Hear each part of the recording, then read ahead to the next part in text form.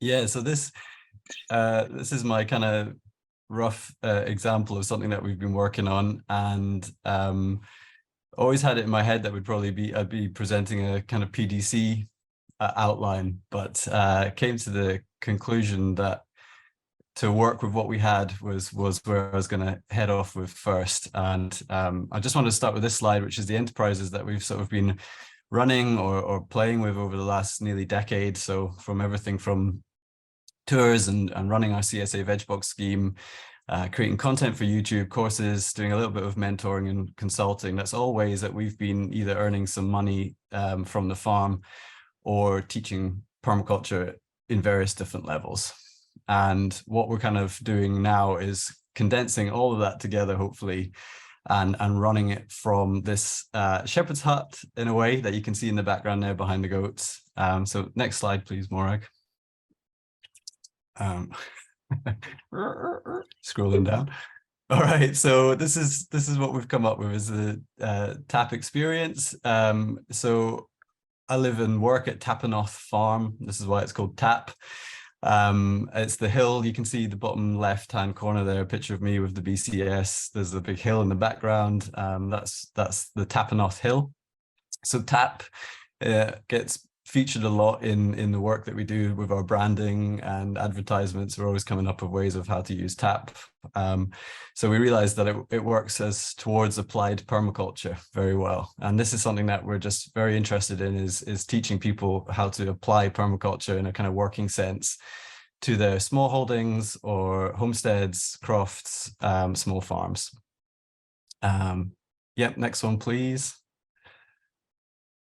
All right, so yeah, this is our goals with this sort of teaching package that we're coming up with. Certainly is to demonstrate a working example of permaculture design. So we're already an official demonstration site for the Permaculture Association.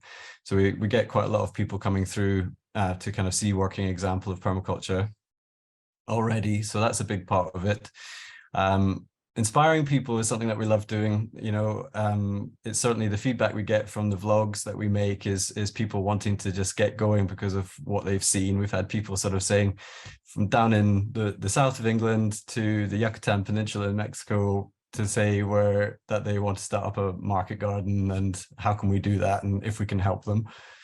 And then, yeah, guiding people towards the projects to actually applying permaculture experience to their own land-based projects. Okay. So the program would be a 2-day intensive spent exploring and learning from the working permaculture landscape of our farm while enjoying a holiday experience living off-grid in the shepherd's hut that we've got. So this is really kind of catering to most of the inquiries that we've had, people wanting to come and hang out basically, but learn and chat to us and ask questions and everything that you kind of get once you start putting yourself out there on social media a bit more. And we thought, well, how can we package that together into something? And we're already running an Airbnb with that shepherd's hut, which we'll see in a minute.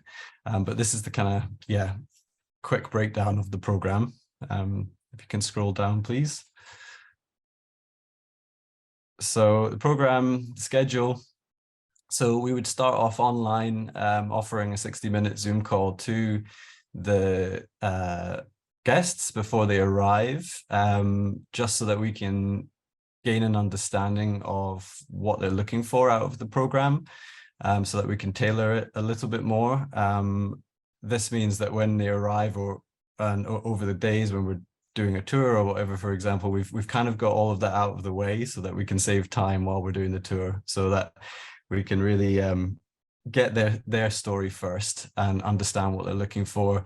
On that Zoom call, yeah, we'll talk about suggested reading that they might want to do before they arrive, and point them into the direction of our YouTube channel so that they can maybe see any of the videos that we've made on the topics that they might be interested in. And so the guests would arrive on a Friday in the evening when we can meet them up at their accommodation and welcome them. Again, just another hour or so just to kind of have a chat, maybe have a drink, offer some of the food that we've been creating. Rosa, my partner, who's in the picture there with our goats, she makes goat's cheese, so we're about to take some of that up and introduce them to the flavors of Tapanoff. And then it would kick off on the next day, a Saturday, with a farm tour. So it's quite a full-on sort of 3 hours walk around the whole 8 acres of the farm. And it really is a great way, certainly for me, to be able to try and get a lot of the permaculture principles and teaching across to people, because it's a little bit of a mix of standing and chatting and talking, and then obviously walking around, looking at the different systems, which triggers me to be able to get everything out of my head and hopefully teach people a thing or two.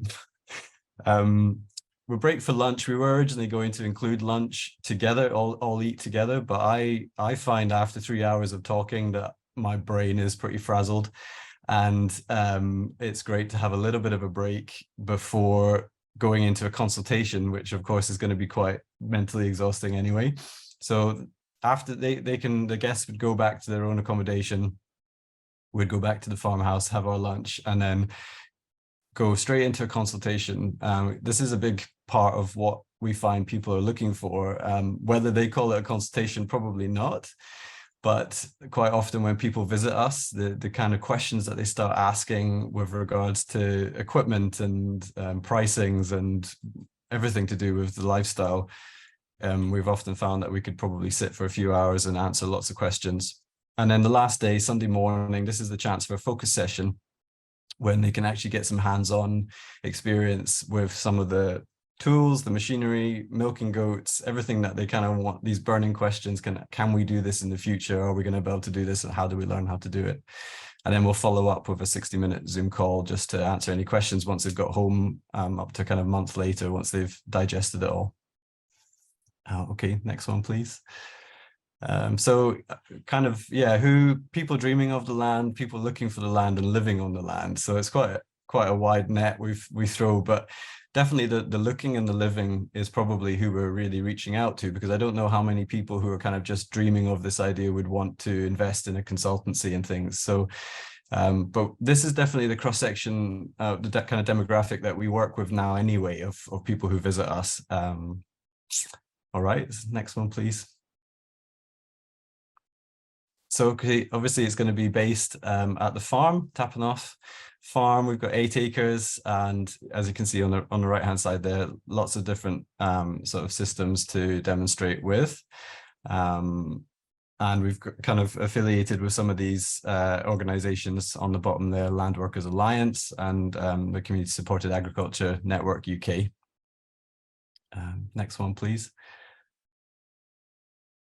So the other location obviously is the Shepherd's Hut, which is where the guests would be staying for the 2 nights. So we set this up last year, but only started renting it out this summer. So that's been going great, and it's a really great experience. It's all off grid, and it's all kind of wood fueled, whether that's cooking, or we've got this amazing wood-fired bath, and I built a sauna a few years ago, actually during a PDC that we hosted here. Some of the students helped me build that. So it's a really great place. I would be living in there if I could. It's definitely warmer than my house. Next slide, please. So yeah, this is the teaching ecosystem. Mostly is me and Rosa, those cheery faces. So we are generally excited to sort of meet people and help inspire as much as possible. We've obviously got great networks around us for other aspects if we wanted to expand a course or offer a PDC. We're lucky now, we've been living there for a decade, so we've met a lot of other people who are from people who are farming over 1,000 acres down to people like us who are kind of small holdings. So, but for this TAP experience, it would be me and Rosa who'll be spending a good 8 to 10 hours with the guests over the 2 days. Next slide, please. So the key themes and learning possibilities, they're very varied, because we've had a very varied 10 years. But as you can see from that list, obviously we're never going to be able to teach people everything here over those 2 days, but this gives them an idea of some of the yeah, some of the areas and themes that we're going to be focusing on, whether that's on the tour or during the focus sessions. Next slide, please. So I just thought I'd put a tour schedule in just as a breakdown so that we can kind of see the timing. I mean, this is pretty, yeah, it's quite often that the tours kind of go on quite a bit. It all depends on the questions that people ask and things, but this is what I try and stick to. So we always start off with a history and design overview of the site, the project, what took me and my family to the land, and talk about the key permaculture principles that we use. So looking into zone planning, relative location, multiple functions, all of these sort of design principles that we actually use on a daily basis to kind of plan what we're up to. And then we just move through the different systems of the farm, looking at everything that you can see there. Finishing with the goats, because people always love to spend time with the goats. Next slide, please, Morag. So food, very important to me and Rosa.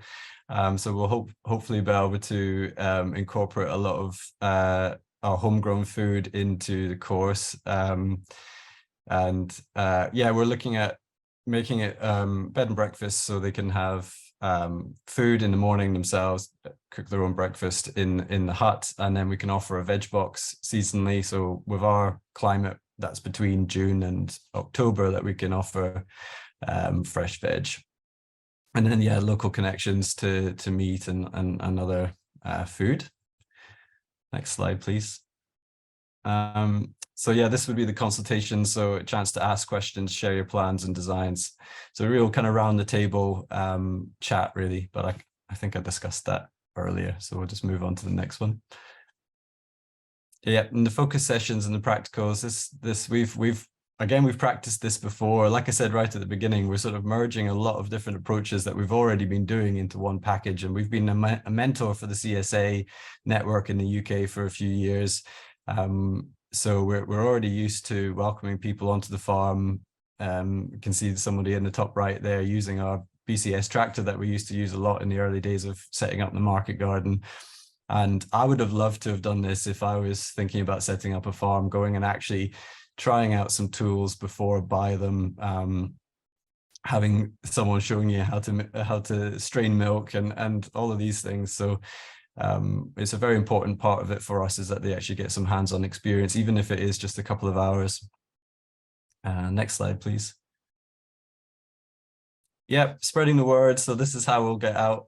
You know, we've got quite a good social media set up already with Instagram, Facebook, and our YouTube channel. Our website, actually, there is a website up at the moment, but it's a very old one, so we're in the middle of renewing that. But we've certainly found social media to be a fantastic way of getting the word out. You do have to work at it quite a bit, and luckily I quite like that side of things. I don't like using Facebook personally for myself, but I'm happy to use it for the business, and same with everything else, all the other ones. Okay, next slide, please. So yeah, this was just a quick sort of breakdown of some of the ways that we're embodying the ethics. So obviously with earth care, yeah, regenerative farming methods obviously we've been using on the farm. We'll be making sure that any food that we eat is either from the farm or locally sourced for the course. Yeah, we're working on a design at the moment for the hut, for the shepherd's hut grey water treatment and the compost collection. We have composting toilets already for the hut, and we've got the sauna and a really beautiful natural pool pond for we don't have any showers. I had to let someone know that the other day. It's been -10 in Scotland and a huge amount of snow, and somebody arrived and said, "Where are the showers?" So I just pointed at the sauna and told them to roll in the snow. So that's what we've got for that. People care, comfortable accommodation, really important. Retreat experience, we've got, again, cold water immersion. Time alone, that was really important. We thought, you know, this is meant to be a holiday as well as a learning experience. So we want to be able to give people time alone, time to rest, and time to think, so that they can then come back and ask us some important questions. And a healthy diet. And yeah, fair share. So we're looking into a sliding scale fee for the weekend, and obviously we're looking for fair payment back to us in exchange for our knowledge and the experience, and yeah, sharing information and knowledge from the farm itself. Yep, that's us really. So we're hoping to kick this off in the summer next year. Yeah. All right, guys. Congratulations, we did it. I helped sort of slightly. Thank you. Well Yeah, no, that was I was just trying to get through that, but I hope I didn't take up too much time. that was fantastic, and I think it was a wonderful final presentation that also brought together lots of really interesting points. One thing that you started out that you're going to do the PDC, but then when you looked at where you are, what you're doing, what you already got, what are people asking for, what time do people have, that kind of experience makes a whole lot of sense. I know that not far from you, well, it could be far from you, but it's in Findhorn, they have the week-long experience. Yeah, exactly. We also do that at different times at Crystal Waters, the eco village where I live, and it's a fantastic opportunity. People love to be able to come in and see how you live, what you do, what skills you have, how people set up their houses, what kind of toilet have you got, it's that really tangible thing. And also the spaciousness. I loved that idea of not just for you, but also for people who come there to have that time. What I find often when people come and visit us at Crystal Waters is one of the first things I want to do is go to sleep, actually. I think just because all the stress of everything and the sounds of the city and all of that just fall away. And then it's like, oh, I'm here. So making time for them to have that quiet time, the thinking time. And yeah, if you're starting to get brain fry, imagine how they're feeling. So I think that's also always a really important thing to keep in mind, that we often want to pack way too much in. And I'm finding one of the best things that I do in face-to-face courses now is to weave in time out, which is also time in nature. It's thinking time, planning time, processing time. It's not a nothing time. There's a whole lot that goes on in that spaciousness. And I think that's a really big lesson. So I'm glad that you brought that in. Absolutely fantastic. And I love seeing all the way that you and other people are bringing this beautiful design into how you're communicating your permaculture experiences.